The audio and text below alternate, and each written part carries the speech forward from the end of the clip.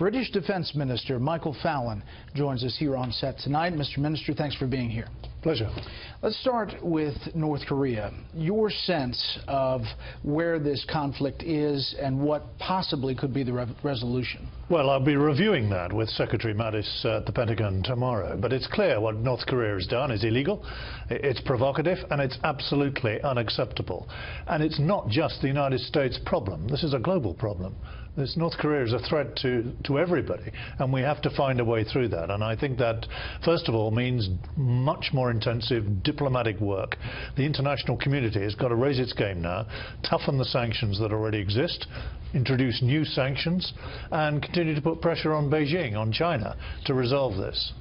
If push came to shove and that diplomatic effort didn't work, would Great Britain join the U.S. in some sort of military action against North Korea? I think it's premature at the moment to start talking about military options. I understand why the United States wants to review those, but that's premature at the moment. The first thing is to get the international community to respond much more closely now, and to look at there have been 6 or 7 resolutions of the United Nations before.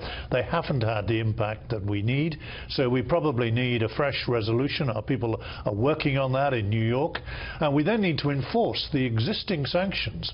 It isn't possible for North Korea to put together this program without accessing components, without accessing finance. So there have been clearly been some breaches of these sanctions, and we need to look at that. Let's turn to the Middle East and Syria. Here is Secretary of State Tillerson today on possibly working with Russia on Syria. We have been engaged with Russia for some time now to identify areas that we should have mutual interest. And I would say at this point, it's difficult to say exactly what Russia's intentions are in this relationship. And I think that's the most important part of this meeting, is to have a good exchange between President Trump and President Putin over what they both see as the nature of this relationship between our two countries. Obviously, this comes before this big meeting we've been talking about with President Putin. Secretary Tillerson mentioned working with Russia potentially on a no-fly zone in Syria. Is that a good idea? Well, we've looked at no-fly zones before across the coalition. They're only worth suggesting if they can really be enforced. And the problem at the moment is it's difficult to see how they'd be enforced. And that's, if they're not enforceable, then they're a false comfort. It is important, of course, to keep Russia involved in this. Russia has enormous influence over the regime. Russia is the one country that could bring this civil war in Syria to an end, to end the suffering after so long. And it's important we try and keep Russia into this process. What do you think, if you were advising President Trump in this meeting with President Putin, what would you tell him? How do you deal with Putin?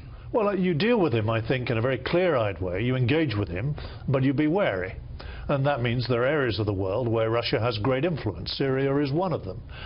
But you've also got to be very clear that what Russia has been doing in the Ukraine, in other areas of the world, is completely unacceptable. And we've got to get Russia back into the norms of international behavior. So you have to engage with Russia. There has to be dialogue, but it has to be done extremely warily. You used to be the energy minister in Great Britain. All of this talk today about energy in Poland and liquid natural gas, the 3 Cs initiative. A lot is happening that possibly changes the dynamic with Russia and energy in that region.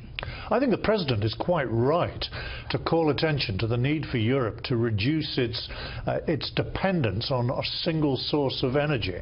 A lot of these East European countries were wholly dependent or substantially dependent on Russian gas. What's important is to diversify your energy. In Britain, we are taking now. We're starting to take shale gas from the United States, but we also have nuclear. We also have renewables, solar and wind as well. It's important Europe diversifies so that it's no longer subject to any kind of political pressure. The President's right about that. Here's President Trump in Poland on NATO. The United States has demonstrated, not merely with words, but with its actions, that we stand firmly behind Article 5, the mutual defense commitment. Europe must do more. Europe must demonstrate that it believes in its future by investing its money to secure that future. Agree with that? What has President Trump's effect been on NATO? Well, first of all, he's right about 2%. We all committed to that. We've always met 2%. We continue to meet 2%. We're one of half a dozen countries now that meet the 2%. But since he urged Europe to do more, over 20 members of the alliance, there are 29 altogether, have started to increase their defence spending. So he's had a good effect on that. And it was very reassuring to hear him today talk about the Article 5 collective commitment, that an attack on one member of NATO is an attack on us all. I mean, you wanted to hear that from his lips. We wanted to hear that. We had his commitment to NATO when our Prime Minister visited Washington 5-6 months ago. We've had that. But it was good, I think, particularly for the East European countries, to hear that directly from them, that America absolutely supports the principle of collective self-defense. Last thing, last week in Brussels, you said Great Britain would deploy 100 more troops to Afghanistan, but only in a non-combat role. Secretary Mattis, commanders at the Pentagon say they need a few thousand, at least. The Pentagon's considering sending 4,000 more. Is that fair, the breakdown there? Well, we increased our numbers last year, and we're increasing again. We think it important to stay the course in Afghanistan, to make sure that very fragile democracy doesn't collapse, and to bear down on the transnational terror groups that are still active in Afghanistan.